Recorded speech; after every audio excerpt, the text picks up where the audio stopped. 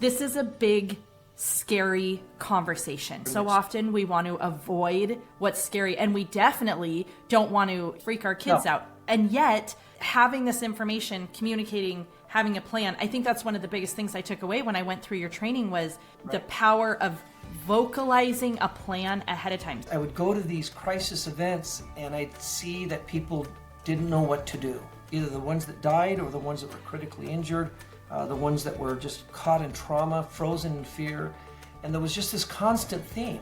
And the theme was, I never thought it would happen to me. We are capable of having these conversations. They are capable of hearing them, and they are important. The goal of this podcast for me is to leave those listening and watching with really quick, adaptable tools to empower them to use those tools immediately when they're done watching this so they can get home. This idea of having a plan so that we can be less overwhelmed in a moment of crisis, it just resonates. The myth that it takes a gun to stop a gun is not true. Mass murderers being defeated by people that chose to live, people that had a plan. Welcome to the Balancing Busy podcast. Today we are going to talk about something that is very serious, but I promise you are going to be so grateful that you listened because it could truly save your life. And I am not saying that. You'll see. You'll understand why I am completely correct in saying this. So our guest today, Jesus Villahermosa, is amazing. I got to hear him a couple months back. Jesus, I am so grateful you're here. So thank you for being here with me on the podcast today. Thank you for having me. Very much appreciated. I'm looking forward to this. Me too. I have been looking forward to it. I've been telling other people about it. I shared with you, my husband has been really looking forward to this episode. Your biggest fan. That's awesome. I know. He's like, everybody needs to hear this. So can we start by you just kind of sharing first, what is it that everybody needs to hear? And second, give a little bit of your background and your story. Sure. So background-wise, I come from 33 years of law enforcement. I was a retired sergeant with the Pierce County Sheriff's Department here in Pierce County, Washington, which is where I'm from, West Coast, which would be cities like Tacoma, Frederickson, Graham, stuff like that, South Hill. Out of those 33 years, I had the privilege of serving 30 years as the point man on our SWAT team.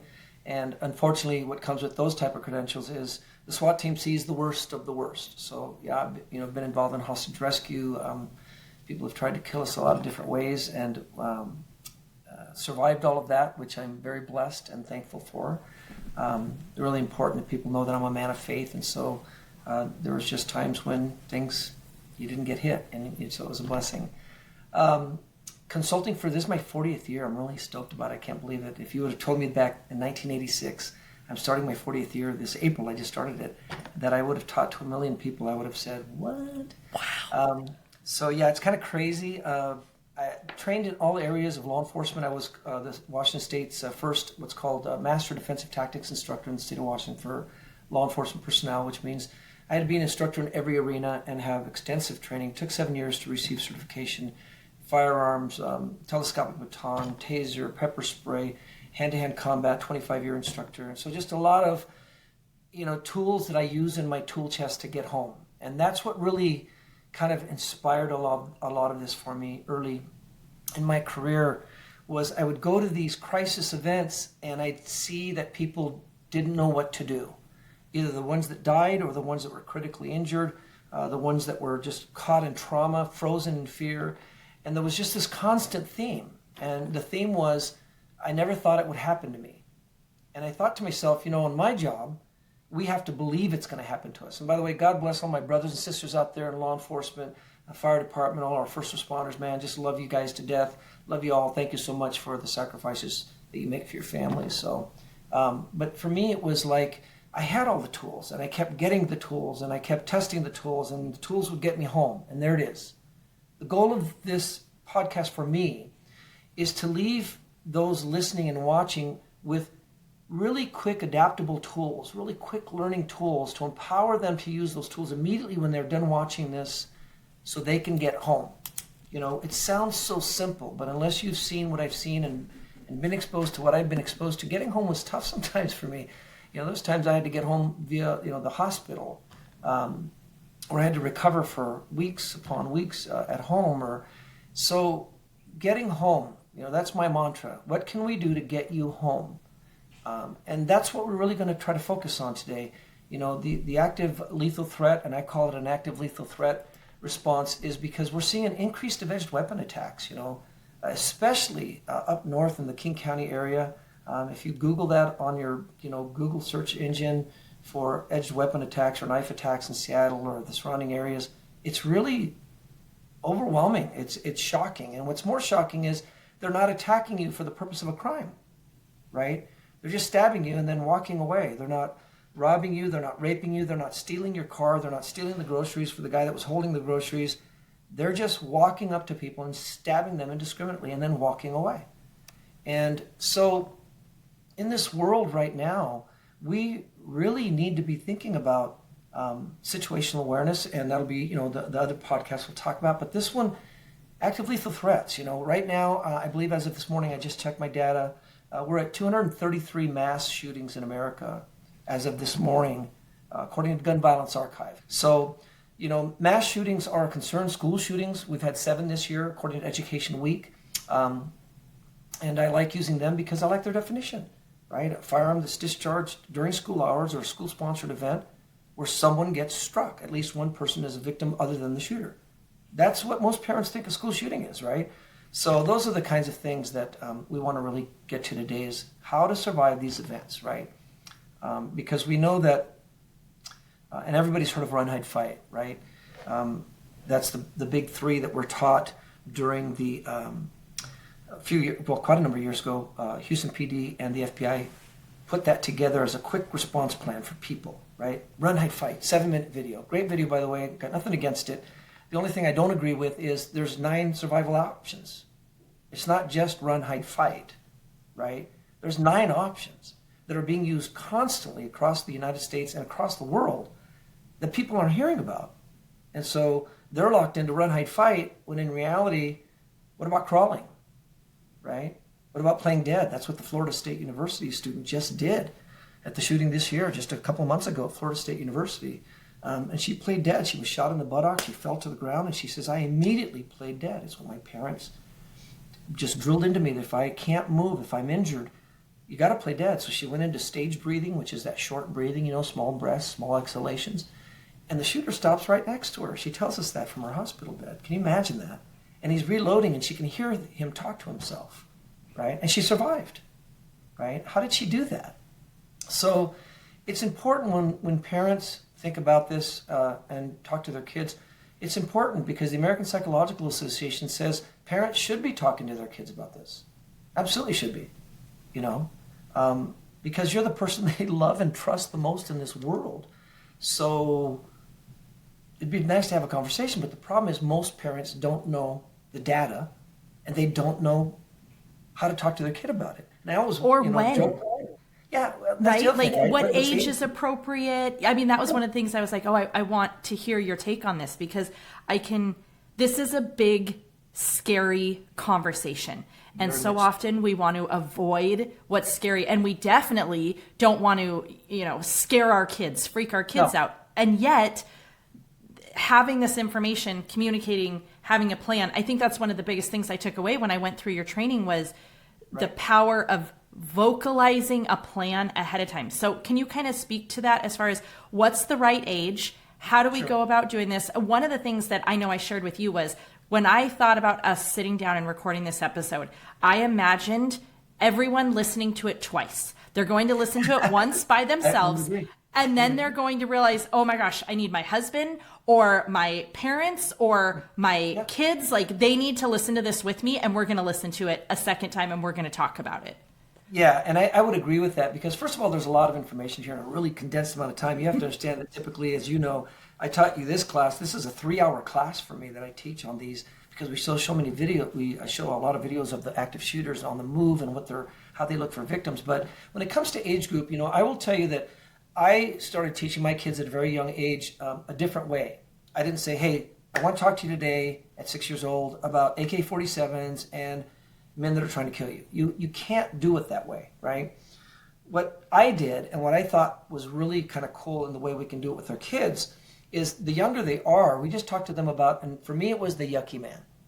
Okay, that's what we called him. We called him the yucky man, and the yucky man does yucky things, right? And so the name was Mr. Yuck Yuck.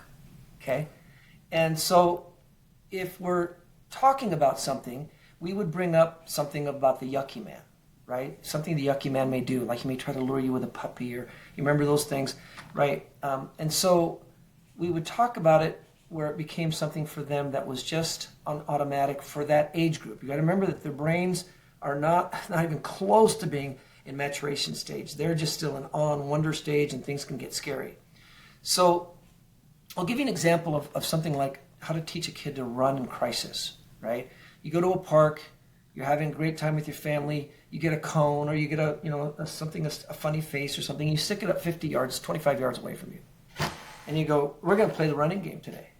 And they go, what's that, Mommy? And you say, well, when Mommy goes, run! And by the way, you got to be goofy, because kids love goofy, right? You can't go when I go, run! And freak out. You got to be goofy, right? And when you say that, I want to see how fast you can get to that cone. And then they'll say, when are you going to say it? You're like, I don't know. I don't know. I might say it in a couple minutes. I might say it in the middle of a sandwich bite. I don't know. But all I want you to do is get to that orange cone. Let's see how fast you can do it. Anyway, so what do you want? Peanut butter and jelly? Run!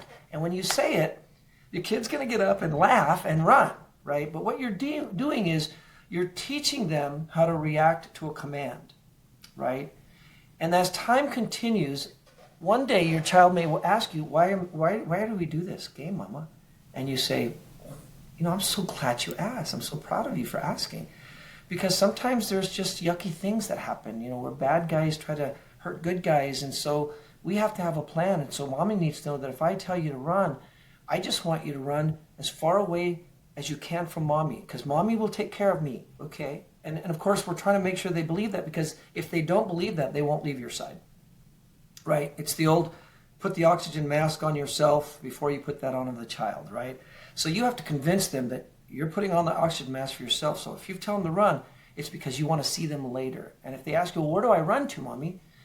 Anywhere that you think is safe. If you have to hide, then you hide, but we'll find you eventually. And there's the key that people need to understand. In these mass shootings, every person in the country and in the world that has fled a mass shooting of the kind that we're talking about, a mass public shooting, has been found. No one's ever not been found. And then I'll get some parents at community forums that'll say, well, yeah, but what if they get picked up by a pedophile? If there's a mass shooting, hundreds of police officers from multiple jurisdictions will be coming. It is not the right time for a pedophile to be out trying to think he's going to find a kid. I'm not trying to be funny here. I'm just letting you know that's not realistic. And it's never happened in the history of mass shootings.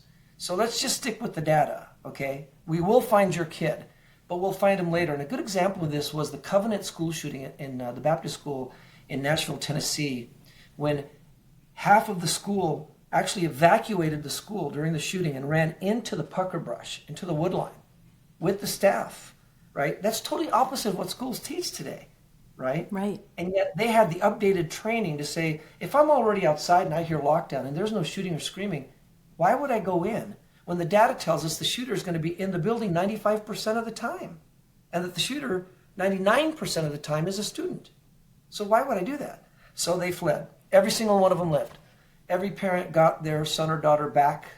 A couple of scratches from the pucker brush, but better than dead. And so there's just ways to do it at a younger age. And by the way, most of the cartoons and the animation that you let your kids watch, most of them, almost all of them that I know of, have a good guy and a bad guy, right? The good bird and the bad bird, or the bad pig and the good fox.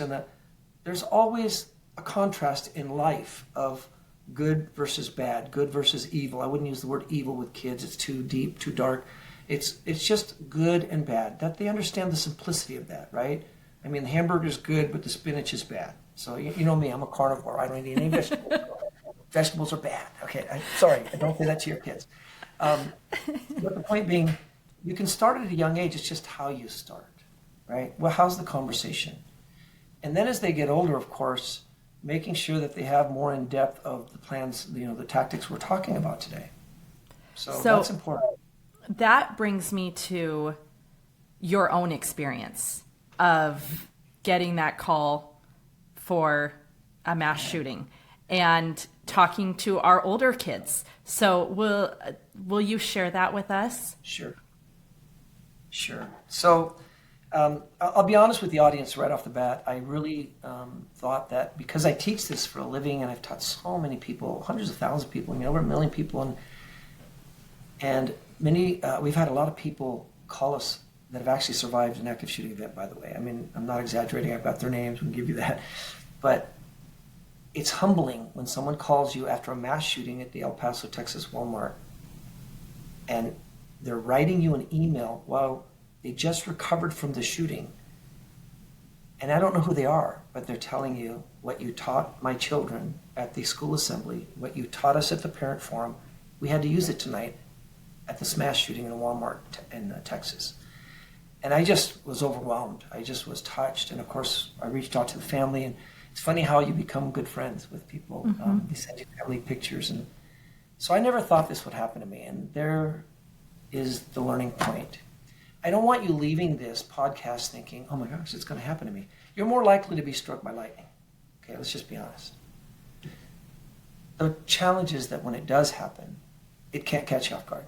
You can't let it catch you off guard. You have to have prepared for it. You can't say, I mean, you can if you'd like, but if you have kids, I hope you never say, Jesus, I don't want to talk about this. This is too scary. Okay.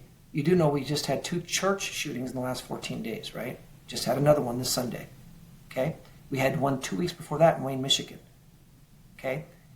That church in Wayne, Michigan had a plan and stopped the active shooter, killed him. It was amazing if you read the testimonials of what happened. Okay? So if you are a parent watching this, you've got to get out of that mindset of, I don't want to think about this, I don't want to talk about this. I know it's hard, I know it's scary, trust me, but don't do what I did. Okay? I thought I'd get a pass on this. I thought God would say, you know what? You're my good and faithful servant, and you are doing so well. I'm going to give you a pass. But I didn't get a pass. On January 3rd, 2007, and actually, let's back up to November of 2006, my son walks up to me, and he's a junior at Foss High School in Tacoma, Washington, and he says, hey, Dad, I've got a what if. And my son knew that he could always come up to me and ask me anything he wants. We're going to have that conversation. He's old enough now, right? And he says, and I said, what if about what, son? He goes, what if I'm walking through school, Dad, and I open the door to a hallway or to a building, to a classroom, and there's an active shooter? I said, wow, okay, let's talk about this. He goes, so what should I do? I said, run. And he said, how far? He said, Ben, if you run to a 7-Eleven in the state of Idaho, I'm having a really good day. And I remember my son chuckling, going, Dad, I'm being serious. I went, I'm being serious. I need you to run so far and so fast without any regard for civility, without any regard for the rules, without any regard of stay in school. None of that applies anymore, right? See, people need to stop thinking civilly during an uncivil event, right? So when you run, just keep running. And it doesn't matter where you end up, I'll find you. And we had this long talk. And a couple more questions came up, and we addressed those. And I, as he walked away, I just found myself thinking, God, I'm proud. My son knows what I do for a living, so I feel good that he would come to me with this question. And then I had my wake-up call. January 3rd, 2007, I'm driving across the Tacoma Narrows Bridge in my patrol car, and suddenly, over my police radio, I hear the following words. Pierce County Westside cars, we have shots fired. Foss High School, we have an active shooter. And my heart just sank. I was like, oh, I remember this feeling of wanting to throw up in my patrol car. It was so nauseous. So I punched my patrol car to about 100, 110 miles an hour, and I'm flying down Highway 16. I'm 2 exits away. I'm talking less than a minute, and it seemed like an eternity. So I auto-dialed my son on my earpiece. He's used to this, but I also know that my son keeps his phone on vibrate, silent. He's just good about that. And by the way, you should know what your kid keeps their phone on. Because if your kid keeps their phone on ring and you get a text that their school's in lockdown for an active shooter, your first instinct as a parent is going to be to call. And if that phone rings and your child is hiding from the shooter, you've just given your child's location away if the shooter is in the same vicinity. Because we know that shooters are stimulated by sight and sound, what they can see and what they can hear. That's what they attack, okay? They're looking for the easy victim. So you better know, right? I knew my son. He's like his father. My phone right now is a silent vibrator, okay? So it was the 3 longest rings of my life. He picks up the phone, and my heart's pounding, and the first thing I hear is this heavy panting, this breathing. And I can tell he's running. And of course, immediately my heart just goes, thank you, God. Because if he's running, A, he's alive, because I'm hearing him, and B, he must have been near the shooter. And so I yell out to him, because it's really loud in the patrol car from the siren, and I yell out, Ben, what are you doing? And my son yells back, I'm running, Dad. And then he says, Dad, there's been a shooting. I said, Benjamin, I know. I need you to keep running, son. I'm about 30 seconds out. Just keep running. He said, Dad, there's cops. They're coming in from all sides of the school. I said, Ben, I know. Just keep running. I will find you later. I'm almost there. Just keep running. I'll find you later. And I hung up. And I got on school property, quickly went into active shooter mode for the next 4.5 hours, securing kids, hundreds and hundreds of kids from different locations that were hiding or in classrooms or doing what they should have been doing, right? Bunch ran across the street to Fred Meyer's, just like my son, he took off, right? Because they were near the shooter, and there's the context. So, you get done with something like that, and you get home, and we can talk about this all we want, but when it's your kid, it's different. Totally, totally different. And I remember getting home and hugging my kid, hugging him, and I kept hugging him over the next few nights, and he got that macho, Dad, can you please stop hugging me? And I remember telling him, shut up or I will punch you in the face. You will love me. I'm your father. You will love me. Hug me. Okay? And of course, he just, And my son is now 35 years of age, and I think about that when I teach and tell this story, because it's still, the emotions are still there.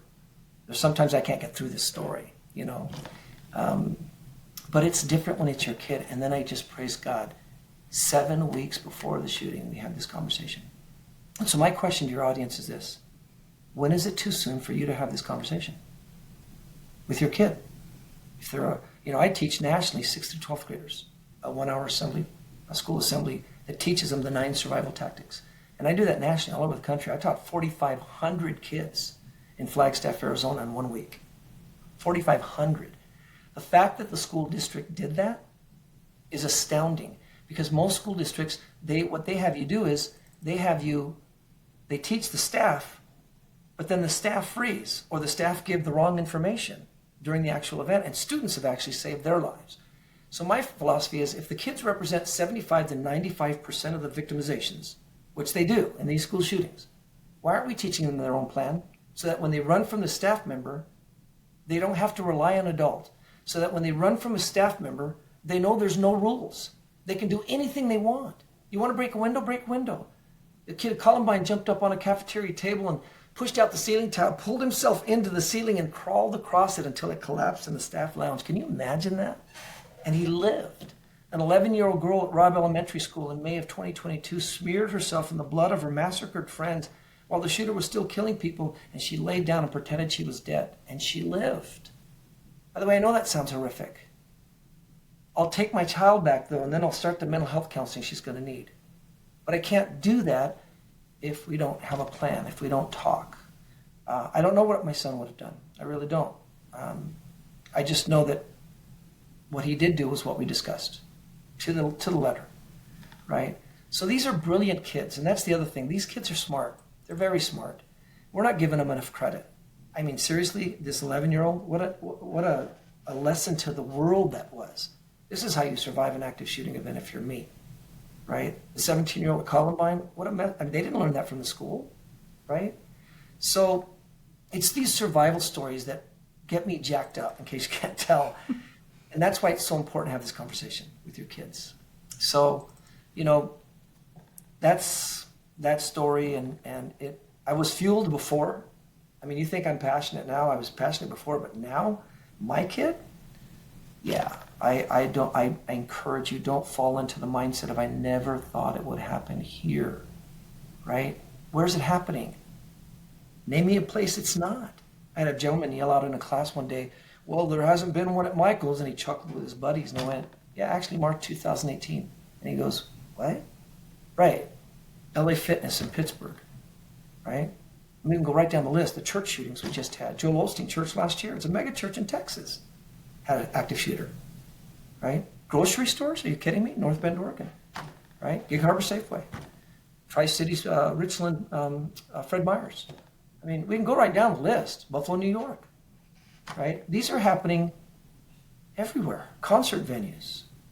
So what's your plan? That's my question to your audience.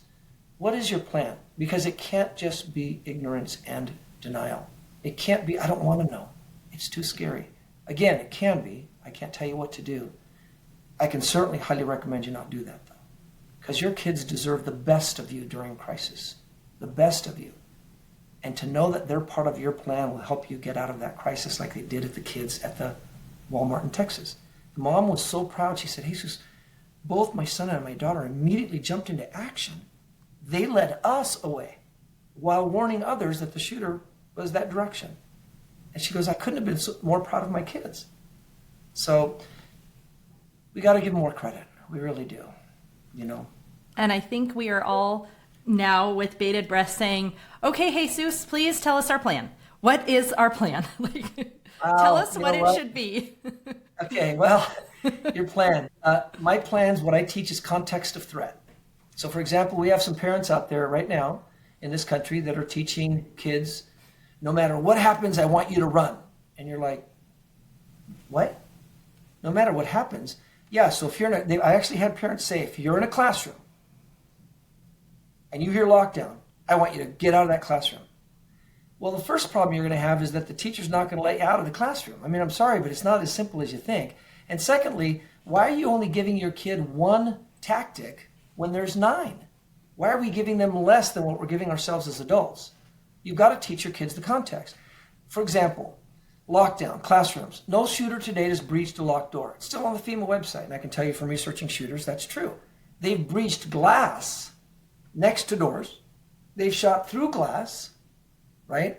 They use glass to get through the door, like at Covenant, okay? Marjorie Stoneman, the shooter, shot through glass, but no shooter has breached the lock of a door, of a barricaded door. So lockdown works. It absolutely works. It's just that we think we're trapped. But think about this, and for just a second, separate yourself for just a second. Out-of-body experience. The shooter can't be everywhere at once, Leah. It's impossible, right? A 108-year study by the FBI tells us in large institutions, higher education, the shooter 96% of the time is stopped in the area they started the shooting in. 96% of the time. That means that if you have a multi-building campus at your school, probably 95% are never going to even know the shooting occurred. See, that's the key is, yes, we should have a plan for if I see the shooter. And we'll talk about that, right? If you see the shooter, run. If you see the gun, run. If you look down around the corner and you see kids running and you can hear shooting behind them, run. I don't need verification at that point, right? And run anywhere you want, by the way. And one more thing for the parents. Do not tell your kids where to run. Please. You're overloading their minds. Just tell them run anywhere you want. I will absolutely find you, right? I told my son later, you know, the week that this happened, I was planning on giving you a credit card just for emergencies, right? One of those parent things. And I said, man, if you would have ran to the Tacoma Mall that day and charged $1,000 worth of clothing, I would have paid it. And my son looks at me and goes, now you tell me? Right? So, you know, let them run anywhere they want because most kids have phones. They'll tell you where they're at. The shooting at Marysville Tulalip High School here in Washington State, one of the parents found his kids in the woods because his son ran out of the cafeteria, through the building, across the football field, over the fence, and into the wood line. There you go. See, the mentality that we have to keep our kids in schools, our schools forgot to add one thing, ... unless you see an active shooter. A 10-year-old at Uvalde comes out of a bathroom. I've got the video. He turns the corner, sees the active shooter as he opens fire on his classroom that he just came from. opens up with an AR-15 at 60 feet into his classroom. The 10-year-old goes into startle reflex and then turns and runs back into the bathroom. I'm just curious, where would you tell your child to run? Me? Out of school. But why did he do it? Because you're 10 years old and you're not supposed to leave the school unless you're supervised. You see, we've got to stop thinking civilly in an uncivil event, right? So lockdown does work. It depends on the context of the threat, right? Because the threat can't be everywhere at once. We know that lockdown just worked at the Georgia Appalachia High School shooting in December. In fact, the shooter knocked on the door, and thank God for a 15-year-old that looked through the glass and saw him pulling out his AR-15 out of a backpack. And she's behind a locked door because that was the protocol for the school. Thank God that that school had that protocol, because the teacher yells to her, well, open the door for him. And she says, he's got a gun. And the shooter didn't even attempt to shoot into that classroom. Or the next classroom where her sister was at, when they had to pull the teacher in because he went outside to check and got shot. They pulled him in, the door behind him shut, locked. Didn't attempt to get in that one either. Lockdown absolutely works. It just depends what's the context of the threat. Why would you tell your child, there's no shooting, there's no screaming, but I want you to run out of that room? What if they run into the shooter? Right. Does that make sense? Yeah, yes. And having these conversations, it makes you think and realize, yes, there are so many different situations. Okay, so I feel really clear. If they can see, hear, get out, then you just run. And I remember you saying a stat about their accuracy in shooting, right? Because you might have this fear of, I don't want them to be a target, so maybe they should be hiding, but the likelihood. Oh, yeah. So let's talk about that. Duck and cover. That's what we were talking about. So yeah, you recalled that correctly. We've been teaching duck and cover since the 50s. People think it came from earthquake drills, but it actually comes from the atomic bomb. Now I want you to think about that first of all. So we were teaching back in the 50s to duck and cover under a desk for an atomic bomb blast. You really think you're going to survive an atomic bomb blast under a desk? Right. I think all of us have paused and taken pause at that one and gone, I don't think that would have done a thing.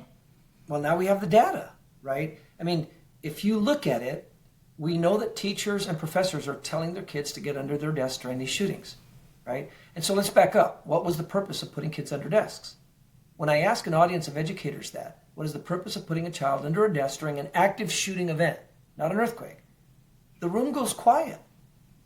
And I'll say, okay, I'll tell you what, since you've all gone quiet, because I think you're already recognizing it's a ridiculous drill, okay, for active shooters, at least tell me why you think we did it. And of course, the first one is, well, they're hiding. Well, I can walk into any classroom in America, stand at the threshold, and I can watch every kid under their desk. There's not one classroom in America that has 3-sided desks that protect you. Not one. So you're not hiding. Well, the desk will stop the bullet. The desk is horizontal. Bullets travel diagonal, horizontal and diagonal. The desk is meant to stop a vertical falling object. Earthquakes. And your desk is not bulletproof. So why are we putting kids under desks? And when they finally have to come up with the answer, it's really disturbing. Accountability. Johnny's under Johnny's desk, Susie's under Susie's desk. This is not the time for schools to be doing a spreadsheet on accountability, right? We'll account for you later, not now. And then look at the data. 10 of the 13 students killed at Columbine. I've got the recording of Patricia O'Neill, the librarian, who, by the way, God bless her, it wasn't her fault. She was trained this way, yelling 4 times, heads under the desk, kids, get your heads under the desks. I've got the recording, and they do it. 10 out of 13 killed under the desk. Okay?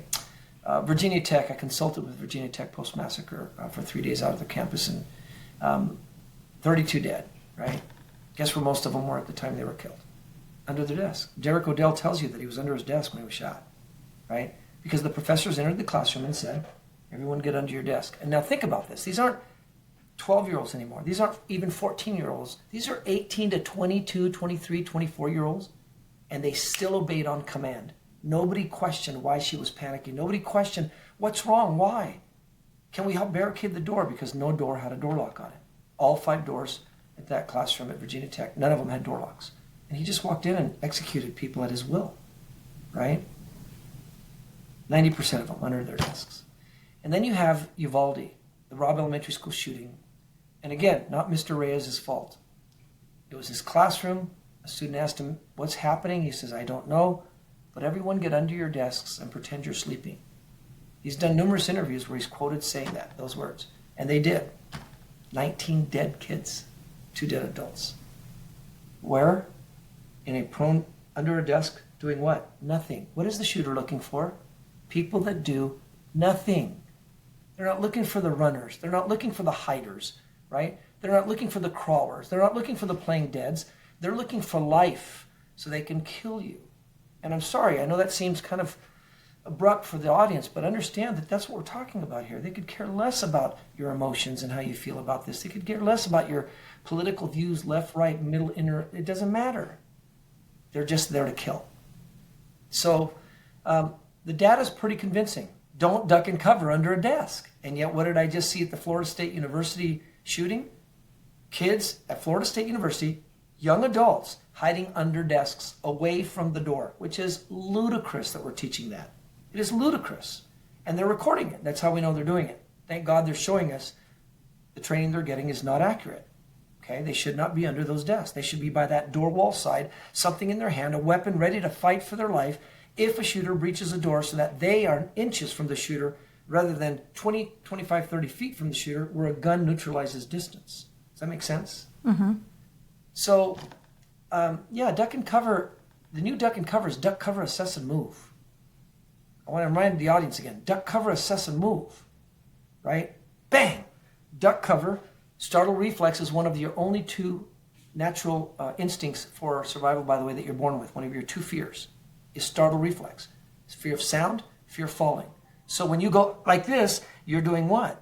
You're looking around, but now you should be assessing and doing what? Where did it come from? Oh my gosh, it came from there. Assess and move. Get out of there. Crawl out of there. By the way, crawling was used at Northern Illinois University, and it worked for those students, right? Because they fall out of sight.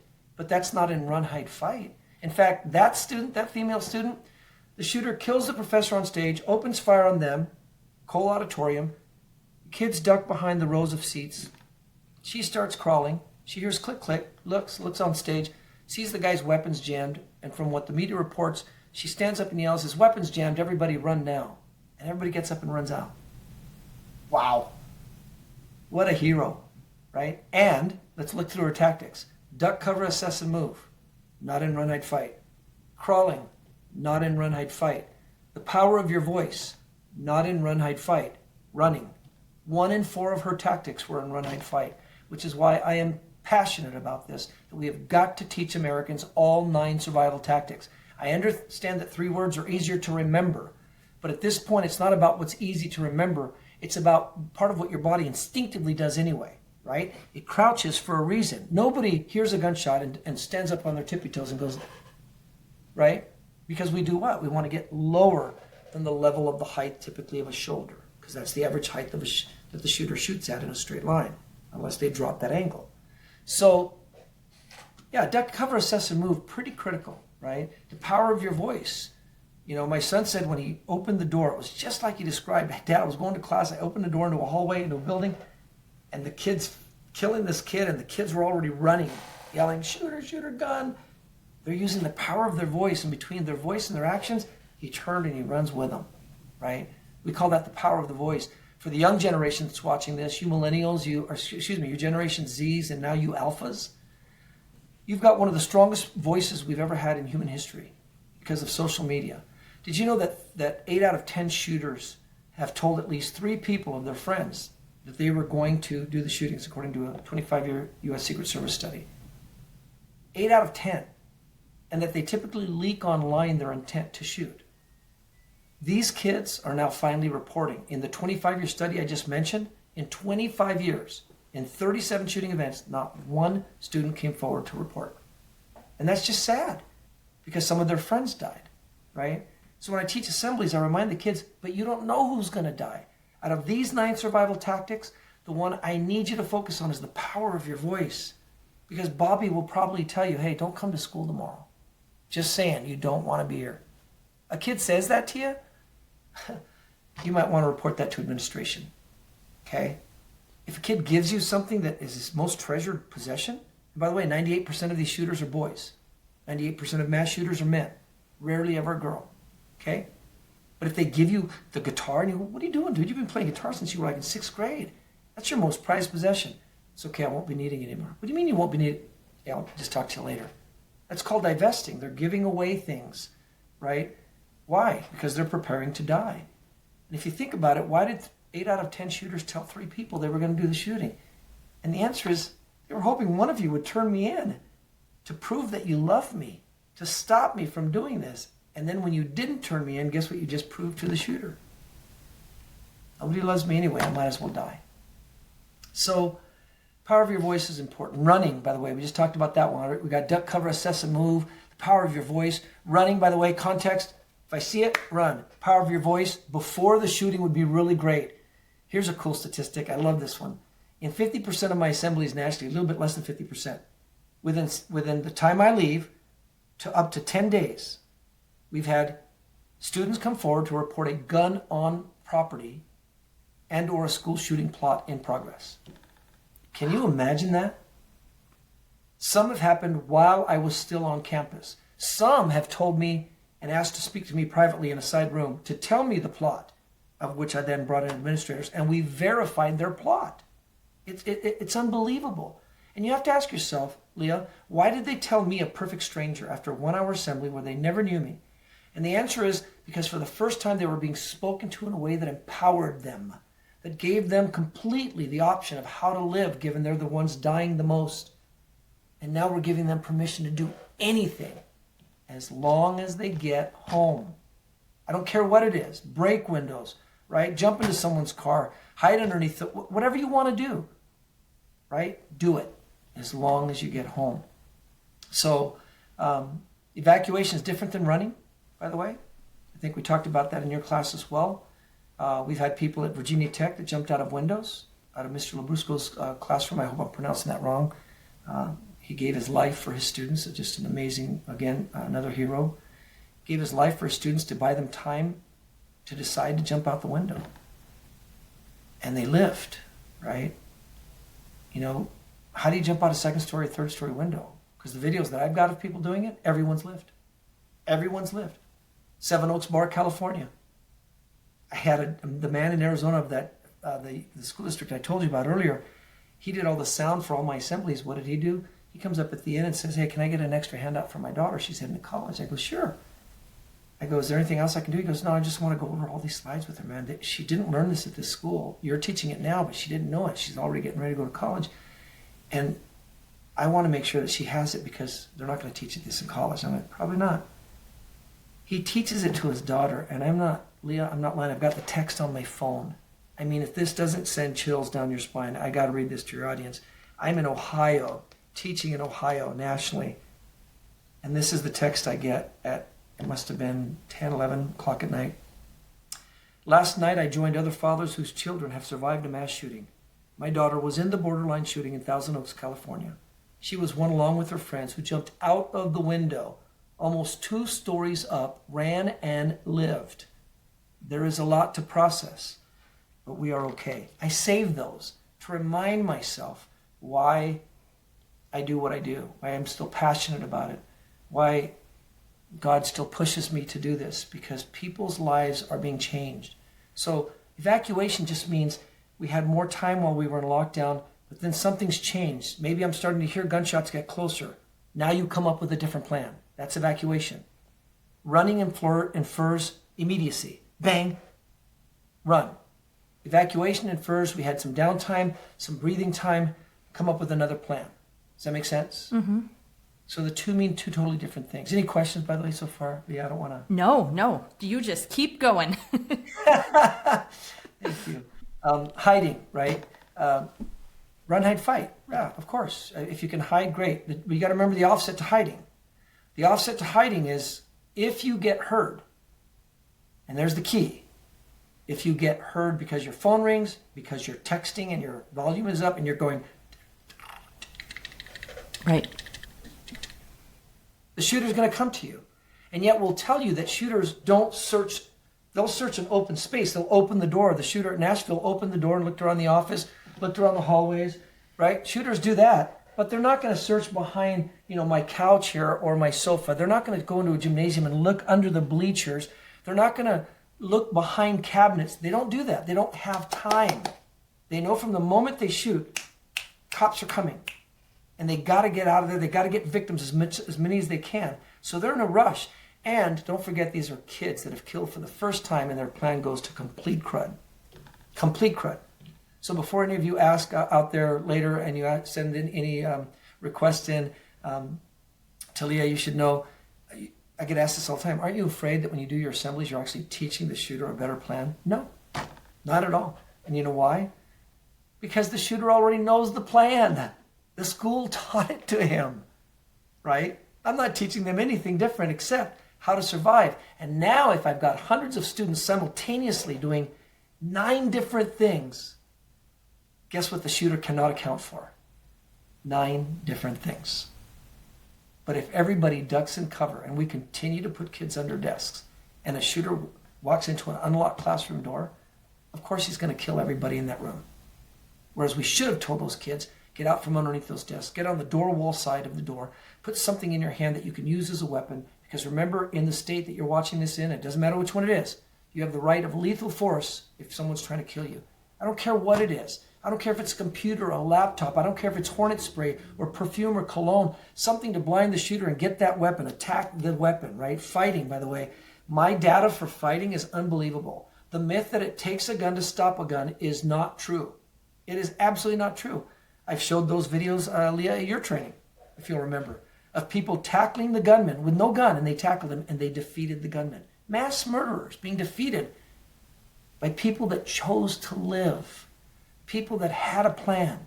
So absolutely fighting is an option. In fact, 2 articles written in the last 2 years by CNN and USA Today tell us that run, hide, fight is starting to get outdated because they teach that fighting is a last resort. I don't agree with that at all. Because if it's a last resort, that means that I'm probably kind of trapped, right? Right. But what if it's my first option, and what if I already know I'm a sheepdog? And what I mean by that is, Lieutenant Colonel Dave Grossman tells us that there's the wolf, the sheepdog, and the sheep.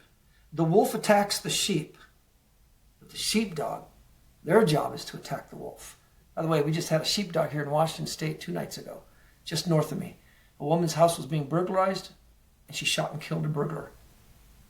And as soon as I read that story, I said to myself, good for this woman having a plan and having the tools to implement the plan and then having the courage to activate the plan. She did all those things because God only knows what he would have done to her or anybody in that house. She had kids, okay? But he tells us some people think they're sheepdogs and then they turn out to be sheep. And other people that think they're sheep turn out to be sheepdogs.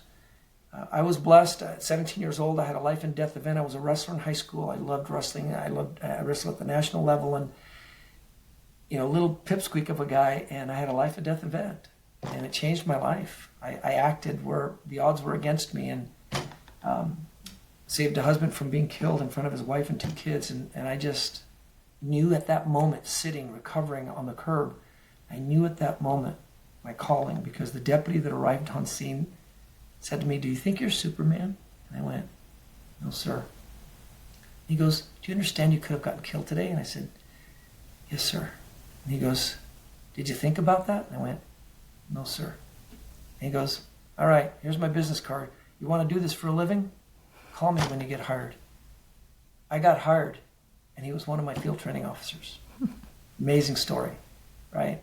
So I knew that I was a sheepdog at a very young age. I know what you're thinking in the audience. Not a very big sheepdog. I get it. Okay, I tell my audience. They don't know. You're sitting. They have no idea. It's okay. I'll be honest with you. I'm 5'6", right? I'm a little Chihuahua sheepdog. But I will chew your ankles off until you fall to the ground, and then I'll chew your face off if you try to hurt people around me, right? You know me as far as from what you've seen. I love life. My wife and I love life. And we just got back from a James Taylor concert, and we just got back from a new movie that was just released, and we do all those things, but we just don't do them in fear. We do them in knowledge of the data and empowerment of where we're going to be, right? So all of these, playing dead, crawling, hiding, evacuation, running, the power of your voice, duck, cover, assess, and move, and lockdown, all 9 of those should be discussed at the national level, in my opinion. And instead, we're just going run, hide, fight. Which again is great if you're near the shooter, but then you better know what the odds are of you get caught hiding, not good. Playing dead, by the way, always has its risk. My personal data that I've done research on shootings where people that have lived, that have played dead, shows that your chances of survival are higher if you've actually been wounded and are willing to lie with those that are dead or dying. If you're not willing to do that, it won't work for you. People that have survived it, almost all of them have done that tactic, okay, including a little 11-year-old girl. So everything is in context when I train. Because if someone changes the context, well, what if I hear a noise? Are you saying that I can't break the window if I want to, if it's not the right noise? You can do whatever you want. We're telling teachers across America, quit waiting for us to tell you. I'm giving you the 9 survival tactics. I'm going to hand them to you. They're in your tool chest. You decide. You want to break a window and run? Go for it. It's up to you. Okay? You want to take 15, 20 kids and stuff them in a bathroom inside of a classroom, which is what the teacher Sandy Hook did, and it worked? Then do it. But stop thinking about civility. Stop worrying about, when my son had to have his face against another kid's face or, their butt, or who cares? They're alive. Stop thinking civilly in an uncivil event. It's critical that adults and children understand that. And by the way, the cool part when I teach nationally is when you say that to kids, they're like, let me get this right. No rules. I'm like, hey, I don't have to worry about getting arrested later. Not going to get charged. No one's going to give me a bill or my parents a bill for breaking the window. No rules. I'm like, right. And they go, that's cool. Doggone right, it's cool. When kids go home, I taught parents in Seattle, and I had 225 parents show up. And one of the moms walked up to me before the training even started, and she goes, I had to come tonight. My daughter said I had to come see you.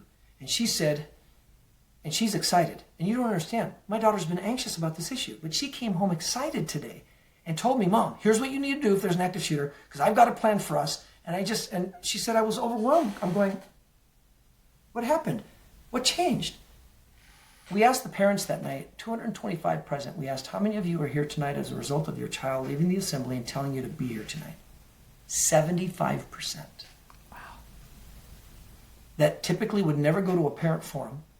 75% showed up because their kids were like, you got to go. You got to go. You got to learn this stuff.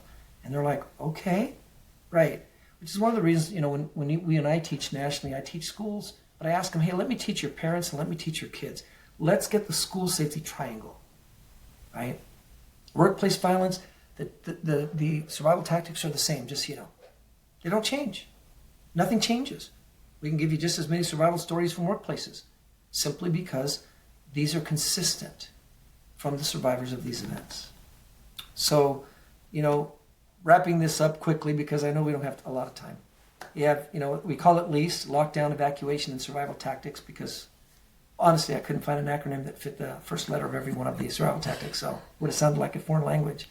But just don't forget what they are, right? Lockdown, duck, cover, assess, and move.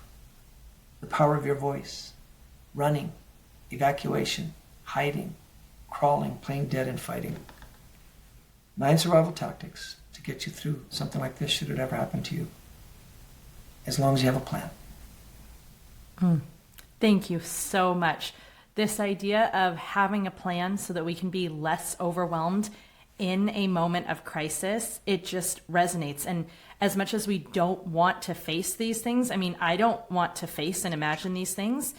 I'm tender. I already cried, I think 3 times with different stories you were just saying today, and I cried at the exact same ones when you said it the first time, right? But even with all of that, and the worries that I understand parents having of, I don't want to scare my kids, I don't want to overwhelm them, all these things, these conversations, just the way that you share it, it makes it so clear. We are capable of having these conversations. They are capable of hearing them. And they are important. They absolutely need to be had. So I am so grateful to have you sharing all this. I want everybody to know I will have the 9 steps in our show notes. I will have all of Jesus's links in our show notes, because I know, we probably have people who are either thinking for their company or for their school, and they're like, wait, I want you at ours, right? So I will make sure literally everything is there, so that everybody can get this information, You can listen to it with your kids. You can go over the 9 tactics. We'll have them listed out. That will all be available.